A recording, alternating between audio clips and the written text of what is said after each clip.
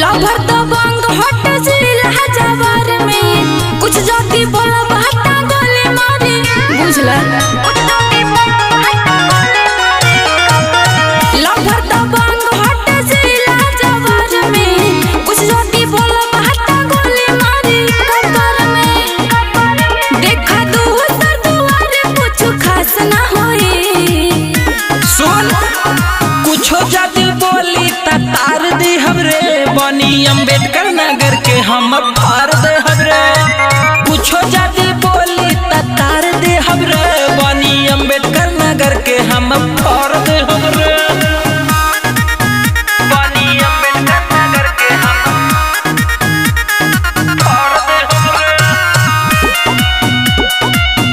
Geeta recording studio Newada Ambedkar Nagar. भीरी ना सटा तू हट होया देसबा ओकरा ऊपर चढ़गो मर्डर के केसबा ओकरा ऊपर चढ़गो सुन अपना जिला के हई रंग बाजर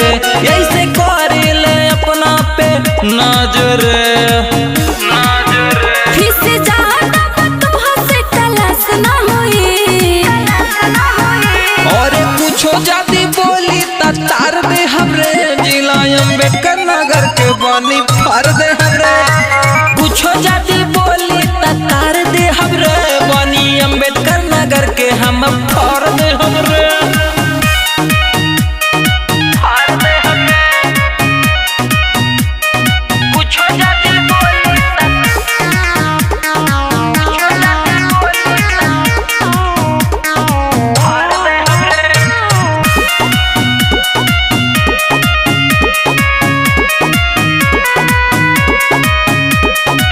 सुना देवांग ढेर बोला ना बोले अंकुर के साथ होई मोर देह गले सुन नाम अरविंद राज हवे बुची रे हमरा सोझाना केहू रुकी रे जानी बड़ा बड़ा फेंक बड़ा सुना होई कुछो जाति बोली तार दे हमरे बनी अम्बेडकर नगर के सीधे फार दे हमरे कुछो जाति बोली तार दे हमरे बनी अम्बेडकर नगर के धाई के